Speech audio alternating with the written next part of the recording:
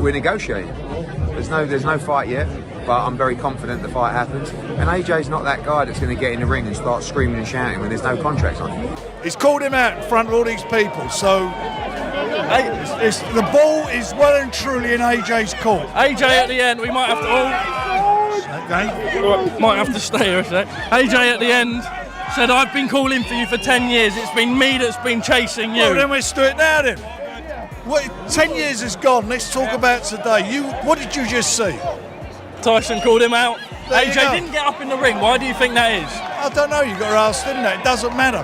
What he needs to do is get in the ring with him next. I feel great, I feel good. Very, very happy with everything. And I'm just looking forward to getting this AJ fight signed if he's got the balls to do it. He was challenged, he didn't accept. He was stunned. He came here tonight to get in the ring and make the fight. The gauntlet was laid and he didn't accept, so what can I do? What do you think it is? Do you think he's scared? Do you think he looked too good? I don't know, he had his opportunity tonight to exit. Because listen, interim fights for both men, it's a dangerous thing. As you can see in there, listen, it takes one punch. So for me, if it's going to happen, let it happen next.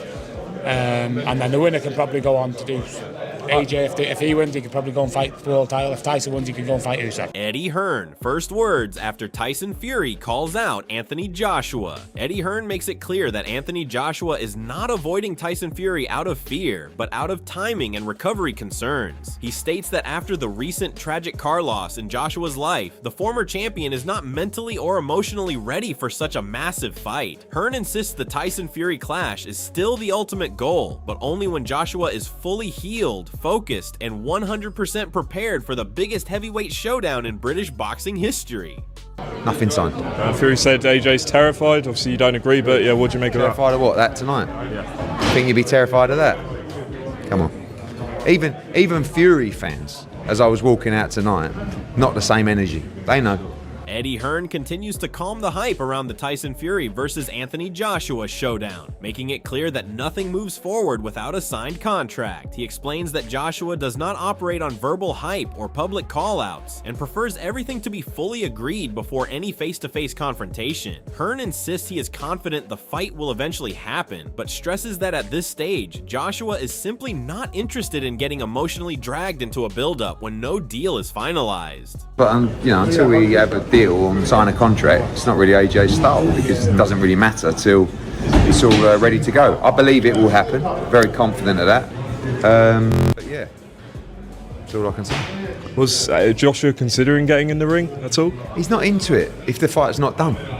Do you know what I mean? Frank Warren fires up the tension even further as he backs Tyson Fury's explosive call-out of Anthony Joshua, calling it the perfect moment of boxing promotion. He insists Fury is fully signed, ready, and willing to step in immediately, putting all the pressure on Joshua's side to respond. Warren makes it clear that the decision now sits entirely with Joshua. Either he accepts the challenge or walks away from the biggest fight in British boxing. With both camps watching closely, Warren warns that the truth will come out very soon as fans demand action instead of talk. Tyson's signed, he's up for it, and he's ready to go. When it comes to call-outs, that was quite an epic call-out by Tyson Fury. What did you make of it? But AJ's here. I mean, he's come to watch it, and that's an appropriate moment to do that. This is called promotion. That's what it's all about. And Tyson called him out, and he either wants to do it or he don't want to do it. So one way or another, we'll find out very soon. Anthony Joshua responds with a calm but confident stance, making it clear that he's not chasing hype or social media drama, but real business inside the ring. He explains that negotiations and contracts are the real priority, not emotional face-offs or public shouting matches. Joshua insists he is fully willing to fight Tyson Fury tomorrow if everything is agreed, but stresses that he operates professionally and never builds fights on clout. Tyson Fury turns up the pressure with a ruthless message, declaring that Anthony Joshua is the only fight that matters to him right now. He makes it clear that he has no interest in rankings, belts, or rising contenders. His focus is locked on one man only. Fury's tone is aggressive and final, suggesting he is even willing to walk away from boxing if the Joshua fight doesn't happen. He frames the clash as the biggest fight in British boxing, raising the stakes and putting massive public pressure on Joshua and his team to sign the deal without delay. If it ain't Anthony Joshua next, I'm not interested in boxing. I'll eat 1,000 Easter eggs, go up to 35 stone, I'm out. I'm not interested. It's either him or I'm gone again. I'm not interested at all. I'm not interested in up-and-comers. I'm not interested in someone trying to prove a point over me. I don't care. I don't care about rankings. I don't care about belts. I only care now about AJ. That fight. That's the defining fight for British boxing. Frank Warren adds serious pressure to the Anthony Joshua versus Tyson Fury situation, questioning why Joshua did not step into the ring after the call-out. He makes it clear that time for talk is over, reminding everyone that the fight has been discussed for years and now the demand is for action. Warren insists that Tyson Fury has done his part and the responsibility is now on Joshua to respond. He emphasizes that fans and the entire boxing world want this fight next, warning that delaying it any further will only increase frustration and doubt around the matchup. What, 10 years is gone. Let's talk about today. What did you just see? Tyson called him out. There you AJ go. didn't get up in the ring. Why do you think that is? I don't know. You got to ask him that. It doesn't matter. What you need to do, what he needs to do, is get in the ring with him next. That's what everybody wants to see. Did you hear everybody? They all want to see the fight. We want to see the fight. The whole nation wants to see the fight. Shane Fury gives a more analytical family perspective, suggesting the odds between Tyson Fury and Anthony Joshua have shifted significantly over time. He explains that earlier Tyson was the clear favorite, but now the gap has closed as both fighters have aged and evolved. Still, he slightly leans towards Tyson Fury, calling it a very close and competitive matchup. His view highlights how experience, timing, and physical condition now play a much bigger role than before, making the potential fight far more balanced and unpredictable than it once was. If you'd have asked me 5 or 6 years ago, or 4 or 5 years ago, however long it would have been, it'd have been 75-25 Tyson. Now it evens up. The odds has evened up. I reckon I'd favour Tyson, but it's a close one. Both men's aged.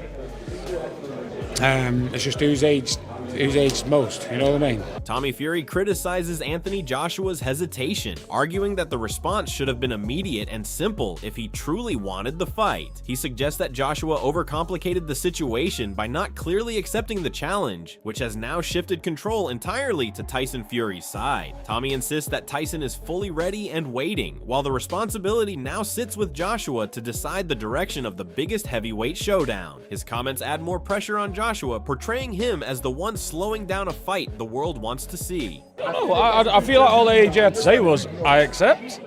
But he was going around the houses like too much. And, I don't know, it just didn't really make sense. Literally, all he had to say was, I accept, I'll see you soon. But I don't know, Tyson put the ball in his court, so it's all on his terms. Now Tyson's ready to go. Carl Froch delivers a strong and opinionated breakdown, suggesting that the only fighter who appears reluctant in the matchup is Anthony Joshua. He believes the fight between Tyson Fury and Joshua is inevitable, and praises Fury for staying active and sharp in recent performances. Froch emphasizes that such a massive showdown deserves face-to-face confrontation and real tension to build excitement. He makes it clear that Fury has already proven himself in the build-up, and now it is time for Joshua to step up and confirm the fight fans have been waiting for. The person that don't want that fight, or sounded like they didn't want the fight, was Anthony Joshua. Talking about not stealing his thunder or whatever. I think the fight's going to happen. I think the fight is happening, and we're all looking forward to it. But Tyson Fury deserves respect, deserves credit, and yeah, we've got to acknowledge that he's just had a solid 12 rounds against a game opponent, and he got some good work in there, and that will set him up for the Anthony Joshua fight. I'd have liked to see these two come together a little bit and just be face to face, up close and personal. Derek Chisora brings raw emotion and brutal honesty, heavily backing Tyson Fury while dismissing any doubt about the outcome. He mocks the lack of excitement in recent boxing moments and questions why Anthony Joshua is even being called out if he is not fully ready. Chisora confidently claims Joshua would be overwhelmed in the matchup, adding that Fury is operating on a different level. His comments reflect the heated rivalry atmosphere, fueling controversy and increasing pressure on Joshua to answer the call inside the ring. Fight, nobody sat the fuck down. Everybody was buzzing. His fight, we fucking fell asleep. He cannot give us any. I don't even know why he's calling out AJ. AJ will fucking smoke him.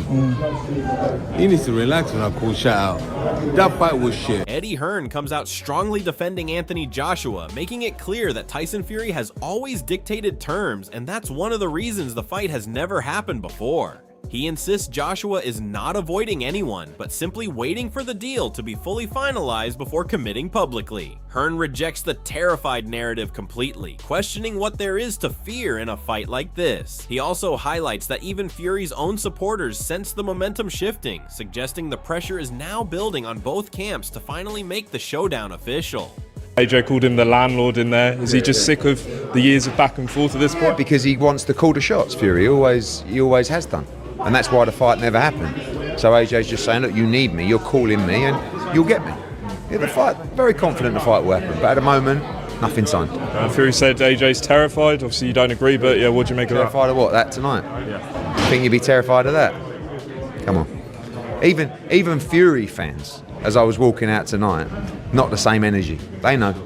Anthony Joshua shuts down any doubt about his intentions, stating clearly that he is not ducking anyone and remains fully committed to big fights. He explains that personal circumstances are currently being handled, but once he is 100%, he will be ready for anyone, including Tyson Fury. Joshua confidently reminds everyone of his dominance and experience at the highest level, even referencing past moments where he claims he hurt Fury. His message is direct and powerful, reinforcing that when the fight happens, he believes he has what it takes to win. An insider perspective suggesting that the fight was expected to be at least teased or partially agreed upon during recent events. He hints that discussions have been ongoing for a long time but uncertain, while Anthony Joshua's position remains less clear. His comments reflect the ongoing uncertainty and buildup, showing that despite all the hype, the fight is still not officially locked in.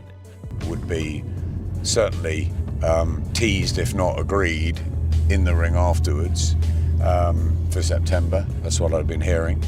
But yeah, we heard in the press conference Tyson Fury signed, and maybe AJ hasn't. Sugar Hill Stewart and Joseph Parker offer a balanced take, acknowledging the long history of talks surrounding the fight while stressing respect for Anthony Joshua's personal journey. They agree that a face-off would have boosted excitement, but also recognize that Joshua may need time before making a final decision. Sugar Hill especially emphasizes patience, suggesting that when Joshua is ready, he will respond in his own time. Their comments add a more respectful tone to the debate, contrasting with the aggressive build-up and highlighting the human side behind the rivalry. Wait for it to happen. I mean, it's been talked about for the last 10 years, and Tyson said what he said tonight and gave him the opportunity to answer back. I'm not sure why. It would have been nice to see them in the ring to face off, you know. So I guess as fighters, it would have been nice just to say yes. Or say yes, yeah.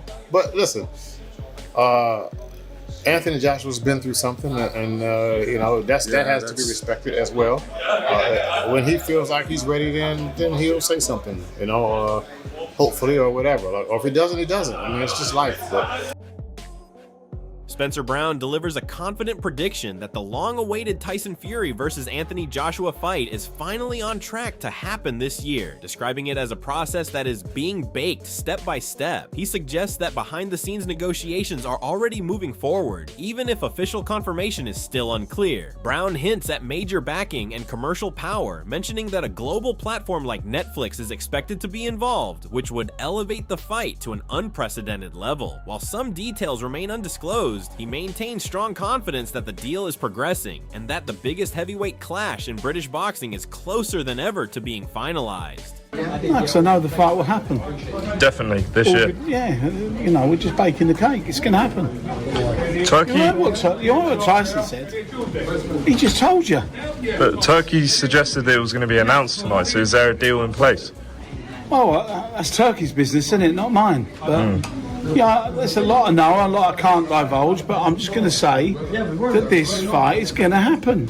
And the man behind it is Turkey Al-Sheikh, and the company behind it will be Net. Andy Lee describes the potential showdown as a massive event for boxing fans worldwide, emphasizing that even though the rivalry has been delayed for years, its impact would still be enormous. He acknowledges that the fight may have passed its absolute prime timing, but argues that star power alone ensures it remains a historic attraction. Lee compares it to major global boxing spectacles, suggesting that fans will still emotionally invest regardless of timing. He highlights both fighters as elite-level competitors, stating that the event would be defined not just by hype, but by the quality and legacy of two great heavyweights finally colliding. It's a great fight for boxing and for fans.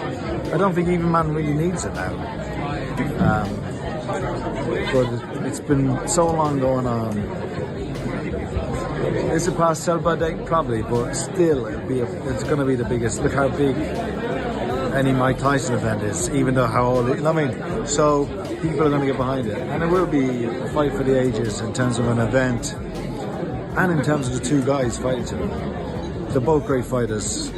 Spencer Brown analyzes the stylistic matchup between Tyson Fury and Anthony Joshua, emphasizing how their physical and technical differences would shape a completely unique heavyweight battle. He argues that while Anthony Joshua possesses serious knockout power, Tyson Fury's movement and ring intelligence make him harder to hit cleanly. Brown also suggests that Fury views the matchup as evenly balanced, reinforcing the idea that it would be a true 50-50 fight. However, he slightly leans toward Fury's ability to control the physical confrontation, predicting that experience, adaptability, and ring IQ could ultimately give him the edge in a high-level heavyweight clash.